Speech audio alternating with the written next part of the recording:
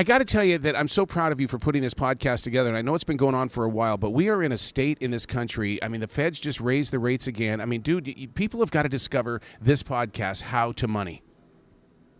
Hey, Arrow, thanks for having me, man. And yeah, I agree. I think personal finance education is severely lacking in our country, in our schools.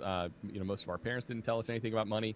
So that's what we try to do 3 days a week on the show, is just help guide people. Like, here's what's happening right now. And also just here are the time-tested things that you need to know so that you can handle your money well. Well, I was shocked to learn that they don't really teach finances in school anymore, because I know that when I was in high school, that was a major part of what we did. I mean, it was economics, home economics, and that was one of the things that that they really enforced in our schools and stuff. And maybe that's why that investing as early as I did in life is the reason why I'm enjoying what we're doing today. I mean, it's huge. The earlier you get started, it makes a big difference, right? And it's even just the little bits that you're investing when your salary is small in your early 20s pays massive dividends. You have to save something like 5 times the amount of money if you're starting investing at the age of 40 than you do if you're starting investing closer to the age of 20. And so, yeah, that time matters, even if it's small amounts, even if it's $20 a paycheck, it adds up in a big way. And then it just increases your ability to be flexible in life, because you've got the money to back you up. And instead of needing that next paycheck to make ends meet, now it's like, well, I've got a lot more breathing room because I've been investing for 7, 8, 9, 10, 12 years, and it provides just a sense of security. Like, I think it's just a mental relief, a mental bomb. But at the same time, it's like, no, but I also have the money to back me up. Was it very scary for the financial world when so many people took an early retirement? I mean, they were doing it inside their 50s. Or is it, you know what, you've paid your dues, go ahead and enjoy some life, because there's no real guarantee in the certainty here? Yeah, I mean, I feel like that's such an individual question, right? Because it depends on where you're at with your money and what your goals are and what your life looks like. I think sometimes one of the things we talk about on the show is we want people to enjoy what they do day to day. And there's something called the FIRE movement, where people want to get financially independent. They want to retire early. And sometimes it's a nose to the grindstone mentality. It's let me do a job that I don't really like for 10 to 12 years and save just like 50, 60, 70% of my salary so that I can quit work and then never have to work again. I'm 35 or 40, and now the world is my oyster. And I think, like, I get where that mentality comes from, but I think in those prime years of your life, to do something you don't like for that extended period of time, that 10 or 12 years is a long time. And so I want people to enjoy what they do day to day, even if that means making a little bit less money and putting off retirement a little bit longer. But yeah, so many of those things, like, those are personal questions. And if it means working 60 hours a week now so that you can eventually enjoy your life, I don't think that's a great strategy. It's not my favorite approach. Yeah, that stress level can get you really bad, and all of a sudden, the soundtrack to your heart is like, well, I was doing this. We sound like Eeyore, and it's like, but one of the things that I've always wanted to know is that why is it so difficult to help people understand money? Is it because when we were growing up, it was like we went to the candy store and got everything. We couldn't wait to spend it? I think there's an element of people love spending money, right? Yeah. And there's the element of that it's not talked about, and we kind of shush everything, and we sweep it under the rug. The only thing that most of us heard growing up, and the thing that I heard growing up, was money arguments. I was never included in money conversations, and so that's like something I'm trying to change with my kids is, well, let's talk about delayed gratification. And you told me you want this thing. You want to spend your money on this. I get it. But what if we wait 48 hours before we make that purchase? And let's see if we still want it. Because in the moment, of course you want it. But that's an impulse buy. And we're all subject to that, especially now with Instagram algorithms and stuff like that serving us up stuff that we could want. I just discovered last night, and I probably should have known this before, but on Instagram, there's literally a button you can push, and all you're doing is shopping. All you're doing is looking at stuff that Instagram thinks that you want to buy. And in that kind of environment, of course, we're going to be tempted to buy. It's terrible for our wallets and for just our physical restraint. And so, yeah, I think that there's a major problem with the fact that we haven't talked about money well as a culture or in our families. And so we're kind of in the dark about it. And you might be one of the rare people who felt like you were taught about it well in high school, but man, there's an education problem.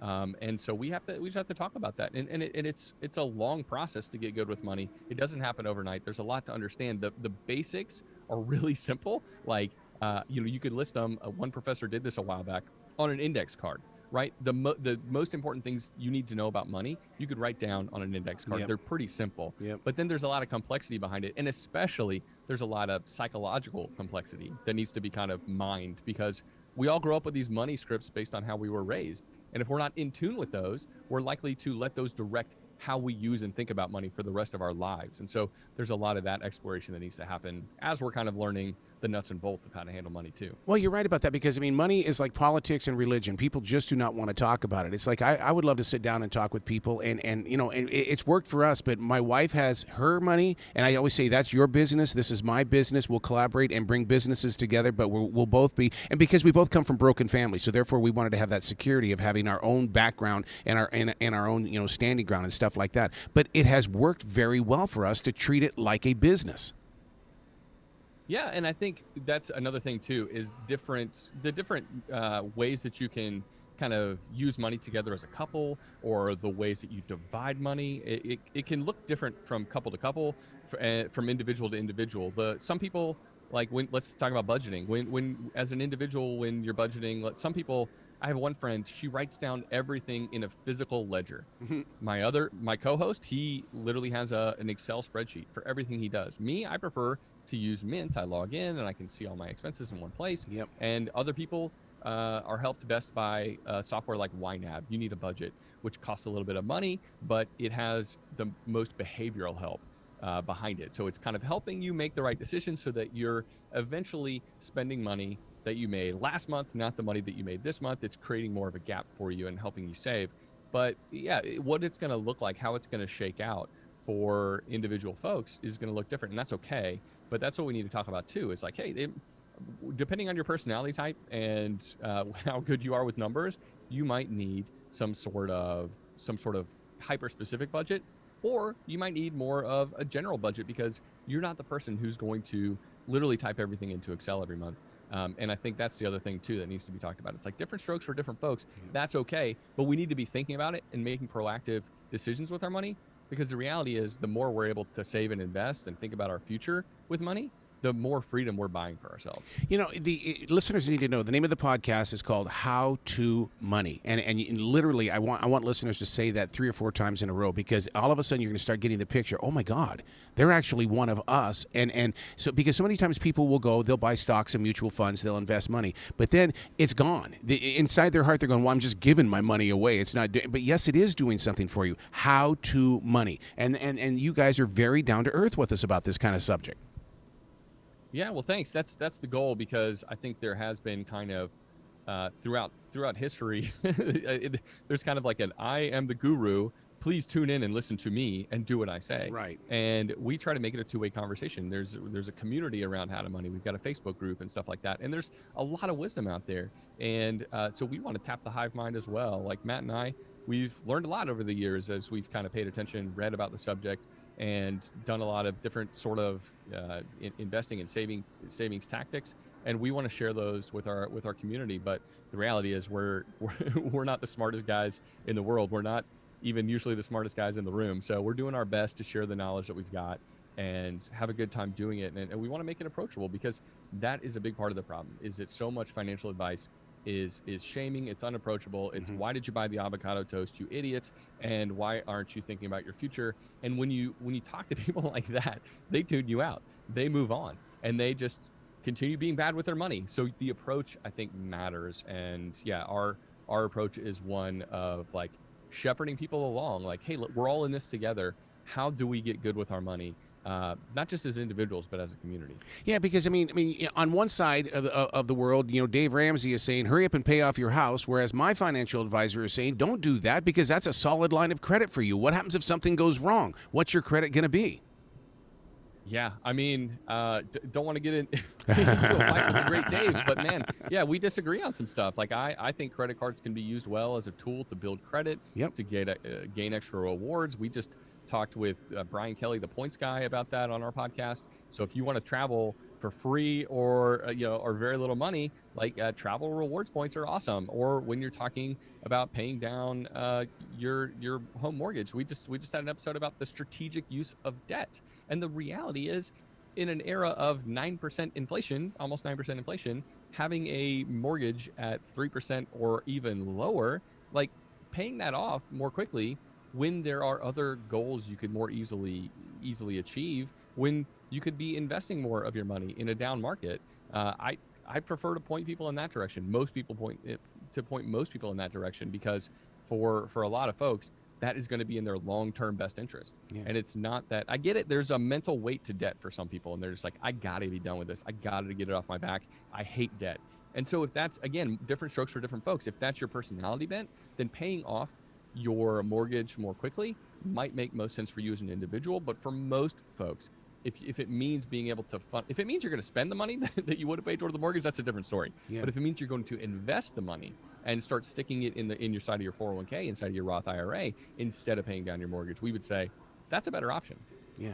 We keep hearing in these radio and television commercials, and we also hear on the shows and stuff like that about options, you know, and to me, options are choices, but it really seems like a lot of people are wasting their options. How can we refocus that? Oh, man. So you mean just like people are wasting opportunity out there? Yeah, I think so.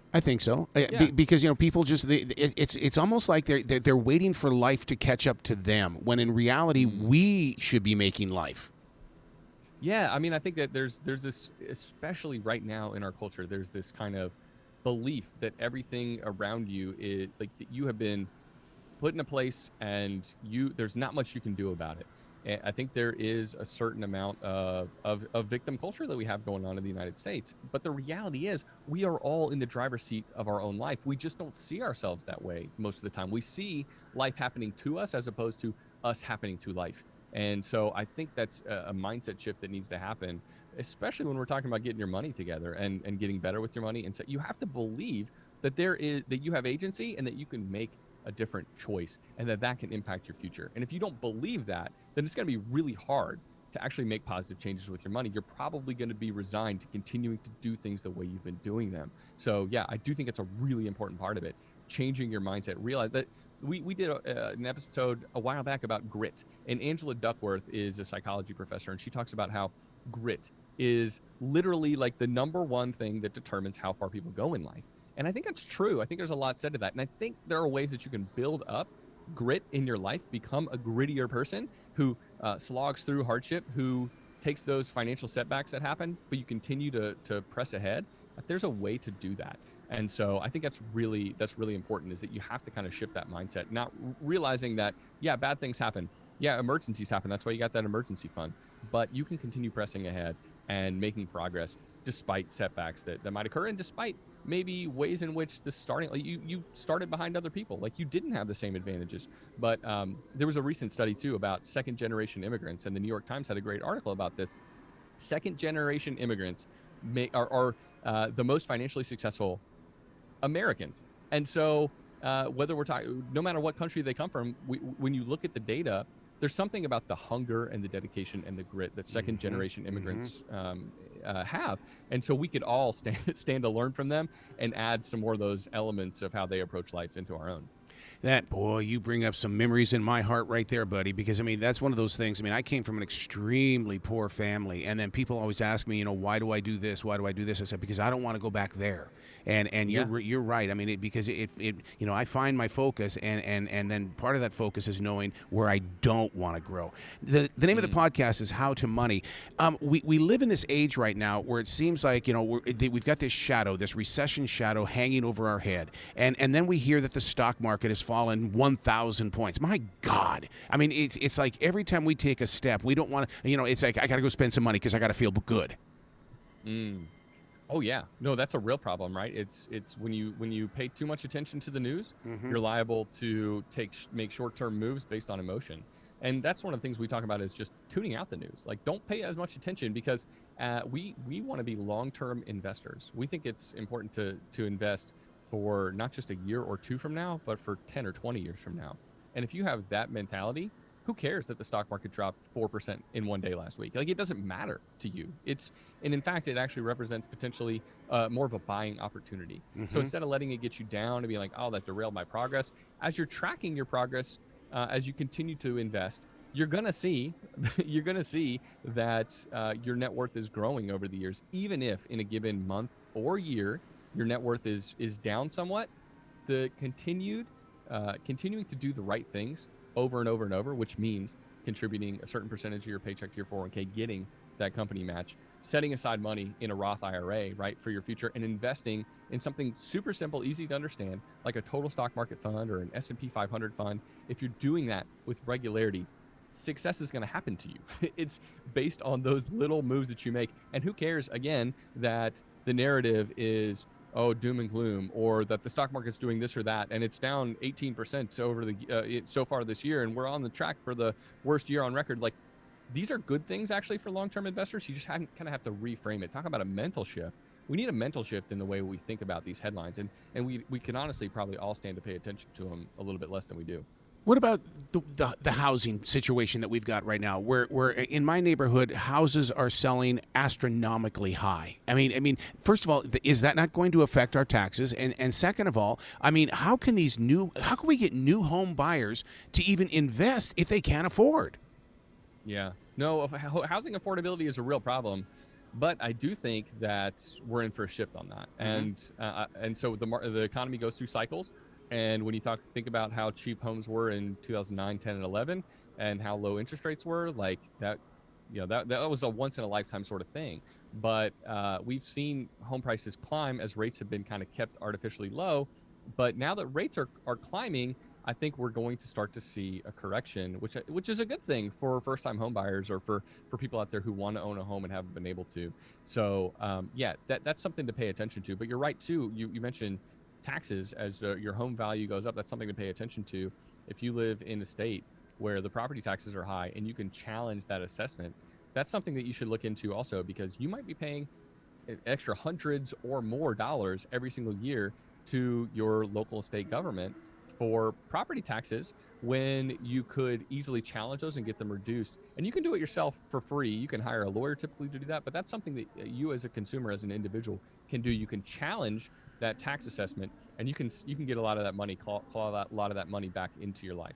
Another thing that we're facing, and thank God for our governor here in North Carolina for putting a halt to it, but it seems like these states want to collect some taxes when it comes to getting the loan forgiveness. And it's like, oh my God, it just amazes me how if anybody gets any money from anything, the government's got to put their fingers in it. Yeah, that's a political problem, right? Yeah. But it's true. It's something that people need to be prepared for. If you did have some of your student loan debt forgiven, somewhere between $10,000, maybe even up to $20,000, depending on whether or not you had a Pell Grant, then it's possible that you might owe state income tax depending on where you live. Something like 8 to 10 states are actively considering sending bills for people. So you might have a higher state tax bill due this coming year. Granted, you still come out ahead, right? If you're forgiven, let's say $10,000 in student loan debt, but you have a $400 tax bill, you came out ahead. But you still need to be prepared for that, because that's money coming out of your pocket. And also, talking about student loans, people need to be prepared for those payments to start again come January. A lot of people, it's been out of sight, out of mind for 3 years. And so people aren't ready for those payments to resume, and they need to be ready now. They need to start carving that out in their budgets right now, so that come January, they're in a position to pay them. See, and that's every reason why people need to be attached to this podcast. I mean, it's so simple to listen to while you're in the car, while you're at work and stuff like that. And you guys are so down to earth, real. And man, you and Matt, I'm just so proud of you guys for this podcast, How to Money. Thanks, Arrow. I appreciate it, man. Thanks so much for having me on. Well, please come back to this show anytime in the future. The door's always going to be open for you, dude. Sure. Thanks. I'll be back anytime you want.